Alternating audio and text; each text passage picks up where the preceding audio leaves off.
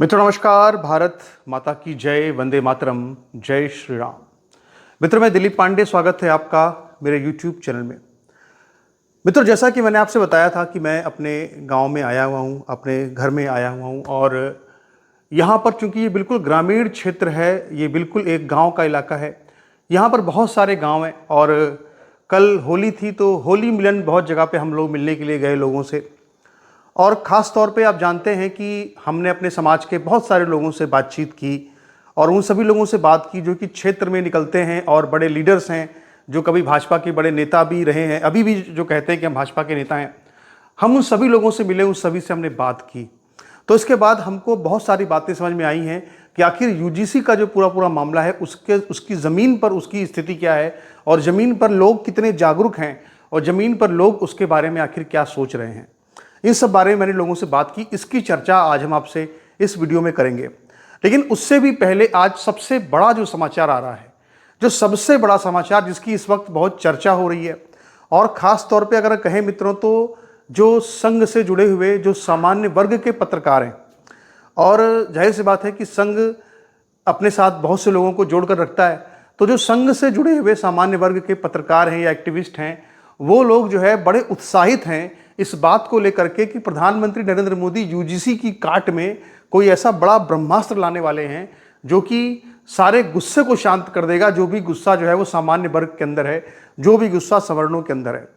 मित्रों बहुत ही चतुराई से धीरे धीरे करके जो प्रधानमंत्री मोदी या जो संघ का जो एजेंडा है उसको धीरे धीरे करके जो है वो पूरे समाज में बड़े बारीकी से लागू किया जाता है। और इसके लिए सबसे पहले उन पत्रकारों को आगे किया जाता है जिनकी दाल रोटी जो है वो आरएसएस से चल रही है, जिनकी दाल रोटी जो है वो संघ चला रहा है। तो दरअसल ये एक बहुत ही एक कॉमन सी बात है कि अगर आपके किसी से बहुत अच्छे रिश्ते हैं और मान लीजिए आप अगर कोई सामान्य वर्ग का व्यक्ति है लेकिन उसके भागवत से, मोदी से अगर व्यक्तिगत रिश्ते हैं, तो जाहिर सी बात है कि उसको कितना ही यूजीसी खराब लगे लेकिन फिर भी वो यूजीसी के खिलाफ बोलने में एक बार सकुचाएगा कि आखिर हमारे मोदी जी का मामला है तो हम क्यों बोलें। पर हमारे पास तो ऐसी कोई व्यवस्था नहीं है, ना हमारे पास ऐसी कोई मजबूरी है। हम सिद्धांतों उसूलों वाले लोग हैं और हम वही कहेंगे जो सच है, और सच के सिवा और कुछ कभी नहीं कहते, आप जानते भी हैं। तो दरअसल ये सब प्रयोग चल क्या रहा है? दरअसल प्रयोग ये चल रहा है मित्रों कि राज्यसभा के सीटों के लिए जो है वो अब नामांकन भरे जा रहे हैं। और इसी बीच में बिहार से नीतीश कुमार का राज्यसभा के लिए नामांकन पत्र भरवा दिया गया है। अब ये बात बिल्कुल स्पष्ट हो गई है कि नीतीश कुमार जो है वो इस्तीफा देने जा रहे हैं, यानी कि अब वो बिहार के मुख्यमंत्री नहीं रहेंगे। इससे पहले 10 बार उन्होंने बिहार के मुख्यमंत्री पद की शपथ ली थी और ये शायद उनके लिए एक रिकॉर्ड शायद मुझे लगता है कि इतना बड़ा रिकॉर्ड शायद किसी के नाम ना रहा हो। तो इसमें कोई दो राय नहीं कि वो निश्चित तौर पर एक बहुत ही सफल मुख्यमंत्री उनको कहा जा सकता है। और अब वो जो है वो अब राज्यसभा जा रहे हैं और यहाँ पर बिहार के अंदर एक नई पॉलिटिक्स, एक नया प्रयोग शुरू हो गया है। और बिहार की ज़मीन से उत्तर प्रदेश को और पश्चिम बंगाल को साधने की पूरी जो कोशिश है, जो पूरी कवायद है, वो अमित शाह ने शुरू कर दी है। यहाँ पे जरा समझिए, अमित शाह के मामले को समझिए कि अमित शाह क्यों इसमें इतना ज़्यादा रुचि ले रहे हैं। क्योंकि आप जानते हैं कि प्रधानमंत्री मोदी के बाद अगर किसी के अंदर ये महत्वाकांक्षा थी कि उनको प्रधानमंत्री बनना है, तो वो महत्वाकांक्षा अमित शाह के अंदर है। अमित शाह को ये लगता है कि भाई प्रधानमंत्री मोदी ने तो अपना तो कबाड़ा किया ही किया, यानी अपनी इमेज को तो प्रधानमंत्री मोदी ने डेंट ही किया। लेकिन यहाँ पे जो मैंने लोगों से बातचीत की उसमें ये समझ में आ रहा है कि लोग अमित शाह से भी नाराज़ हैं, क्योंकि लोगों को लगता है कि मोदी शाह एक हैं। तो ये जो पूरा यूजीसी का जो पूरा मामला उठा है, इसने सिर्फ ऐसा नहीं कि मोदी की इमेज को डेंट किया है, बल्कि इसने अमित शाह की इमेज को भी डेंट किया है। तो अमित शाह तो वैसे भी कहते हैं भाई चाणक्य हैं, तो वो अपनी जो है पूरी कोशिश कर रहे हैं कि किसी तरह से उत्तर प्रदेश के अंदर और उत्तर भारत के अंदर जो गुस्सा है सामान्य वर्ग का, उसको किसी तरह से शांत किया जाए। तो इसके लिए तैयारी क्या चल रही है? तैयारी ये चल रही है कि जो संघ से जुड़े हुए बड़े बड़े नाम हैं पत्रकारों के, वो ये कह रहे हैं कि बिहार के अंदर किसी ब्राह्मण को जो है वो मुख्यमंत्री बनाया जा सकता है। वो ये कह रहे हैं साहब कि ब्राह्मण को अगर मुख्यमंत्री बना देंगे बिहार के अंदर, तो उत्तर प्रदेश में जो गुस्सा सामान्य वर्ग का है वो शांत हो जाएगा। खासतौर पर जो ब्राह्मण उद्वेलित हैं वो शांत हो जाएंगे।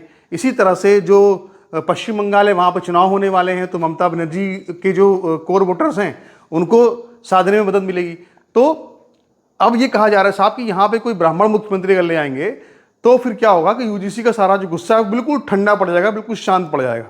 लेकिन उनकी ये बात सही नहीं है। उनकी बात सही इसलिए नहीं है क्योंकि यहाँ पे क्षेत्र के अंदर जो हम लोगों से बातचीत हमने की, लोगों के से हम घूमे, उनसे चर्चा की, तो ये मामला इतनी आसानी से शांत होने वाला अब बिल्कुल नहीं लगता।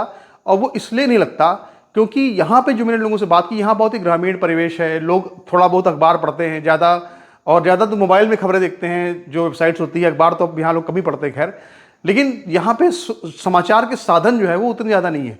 लेकिन चीज़ें जो है वो माउथ पब्लिसिटी यहाँ बहुत होती है, लोग आपस में चर्चा करते हैं, बात करते हैं, क्योंकि यहाँ लोग मिलते हैं आपस में, पान की दुकानों पर हर जगह पे लोग मिलते हैं आपस में। तो यहाँ जो बातचीत हो रही है वो क्या हो रही है, यहाँ पे आप समझ लीजिए कि जागरूकता इस लेवल की है गाँव के अंदर कि लोग ये पूछ रहे हैं भाई कि 19 मार्च को क्या होने वाला है। यानी हो सकता है कि आप किसी शहर के आदमी से अगर आप पूछेंगे, मैं आपको पक्का निश्चित बता रहा हूँ, आप अपनी सोसाइटी के कहीं आप रहते हैं शहर में, तो वहाँ पे आप कुछ लोगों से बात कर लीजिएगा, तो वो आपको ये बता देंगे कि आप उनसे पूछिए कि 19 मार्च को क्या है, तो वो नहीं बता पाएंगे। पर यहाँ जो गाँव के लोग हैं वो बिल्कुल बता रहे हैं कि 19 मार्च को इसकी सुनवाई दोबारा होने जा रही है, और वहाँ पर हमको देखना है कि आखिर केंद्र सरकार का स्टैंड क्या रहता है। आप सोचिए कि यहाँ पर इतनी इस लेवल की जागरूकता है कि लोग 19 मार्च का इंतजार कर रहे हैं, आप सोचिए। इसके अलावा एक हमको उत्तर प्रदेश में एक बात बिल्कुल साफ साफ नज़र आ रही है, जो मैंने कुछ इलाकों को यहाँ पे ट्रेवल किया, तो वो लोग ये कह रहे हैं, जो बात सेम हम यहाँ समझ रहे थे शहरों में बैठ के, कि we love Yogi ji, go back Modi ji. यानी कि उत्तर प्रदेश जो है, हो सकता है उत्तर प्रदेश में योगी जी को डंट तो बहुत लग रहा है यूजीसी की वजह से, लेकिन इस बात की पूरी संभावना है कि इसके बावजूद भी जो उत्तर प्रदेश का सामान्य वर्ग जो है वो संभवतः योगी जी से छिटकेगा नहीं। इसलिए क्योंकि कानून व्यवस्था आज भी उत्तर प्रदेश के अंदर, कानून व्यवस्था और जिहाद, ये आज भी उत्तर प्रदेश के अंदर एक बहुत ही बड़ा मुद्दा है, बहुत बड़ा मुद्दा है। यानी कि जो जिहादी गुंडागर्दी है, और एक आध जो ओबीसी की जो दबंग कौमें हैं, जो उनकी गुंडागर्दी है, दबंग कौम जैसे यादव की लोग गुंडागर्दी की चर्चा यहाँ बहुत करते हैं कि भाई वो लोग बहुत उग्र हो जाएंगे, इस तरह की बातें होती हैं। तो यहाँ पर जो है ना वो ये है कि योगी जी अपनी शायद कुर्सी बचा लें, लेकिन राजस्थान, बाकी और जो सारे राज्य हैं, आज की वहाँ जो स्थिति है वो इतनी ख़राब है, आप समझ लीजिए कि आज भी जो है उनमें बहुत ज़्यादा गुस्सा है। कल मेरी राजस्थान में बात हो रही थी, हमारे बहुत से मित्र लोग हैं जो कि अपने अपने गृह प्रदेश गए हुए हैं होली खेलने के लिए।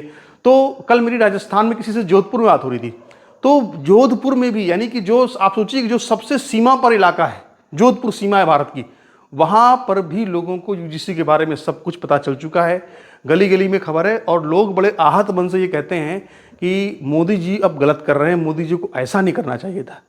तो अब योगी जी के तो वहाँ तो चलो, यहाँ तो यूपी में तो योगी जी हैं, बचा लेंगे, पर वहाँ तो कोई योगी जी है नहीं राजस्थान में कैसे बचेंगे।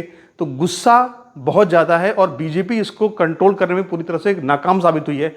अब वो बिहार के अंदर किसी ब्राह्मण चेहरे को ला करके अगर ये सोच रही है कि हम इस गुस्से को टैकल कर लेंगे, इस गुस्से को कंट्रोल कर लेंगे, तो ये सब जो है सिर्फ कोरी बातें होती हैं, इससे कुछ होता नहीं है। क्योंकि मैं आपको बताऊं कि देखिए, बात को समझिए, अब भजन लाल जो हैं वो राजस्थान के अंदर एक मुख्यमंत्री हैं, जो वो भी भजन लाल भी क्या है, वो भी तो ब्राह्मण चेहरा ही है या ब्राह्मण मुख्यमंत्री हैं, लेकिन क्या आप उससे इस यूजीसी को टैकल कर लेंगे?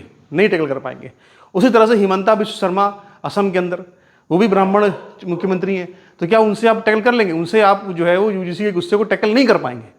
तो अभी आप सोचिए कि अभी तो शुरुआत है, अभी से ही इनको चिंता होने लगी है, अभी से ही संघ के अंदर जो है, अगर संघ के, आप सोचिए संघ क्या सोच रहा है, अगर आप ये जानना चाहते हैं, अगर बीजेपी क्या सोच रही है आप जानना चाहते हैं, तो आप बीजेपी और संघ से जुड़े जो पत्रकार हैं उनकी बात को सुनिए।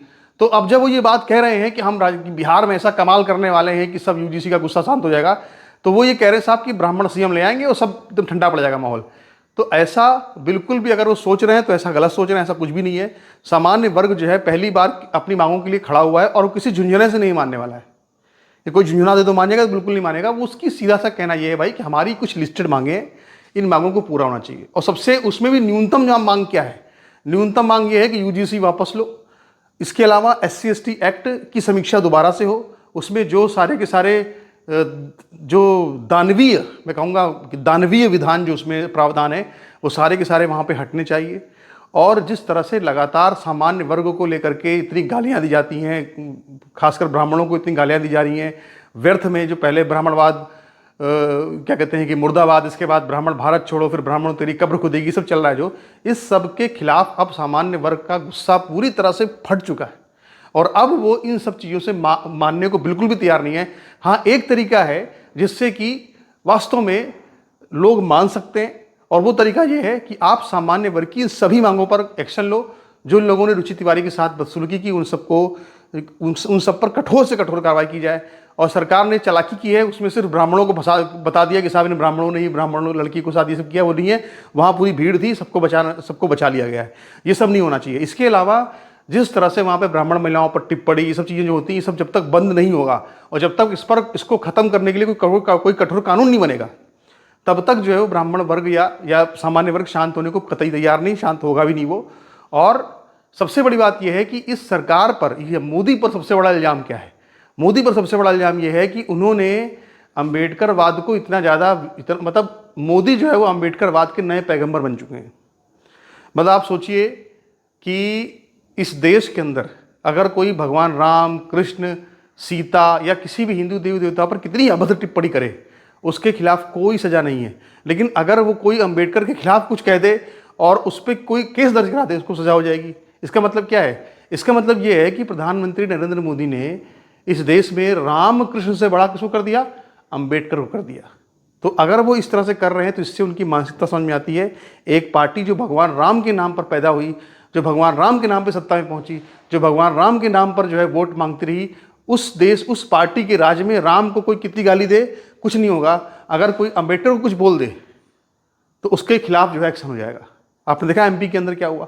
तो इसीलिए प्रधानमंत्री मोदी की मानसिकता को समझिए। ये गुस्सा ऐसा नहीं है कि ये ऐसा कोई फर्जी गुस्सा है, फर्जी गुस्सा नहीं है। और इसको आप कोई ब्रह्मास्त्र ला करके कि आपने जो है किसी ब्राह्मण चेहरे को आगे किया तो ब्रह्मास्त्र हो गया, तो ये सबसे काबू में गुस्सा नहीं होगा।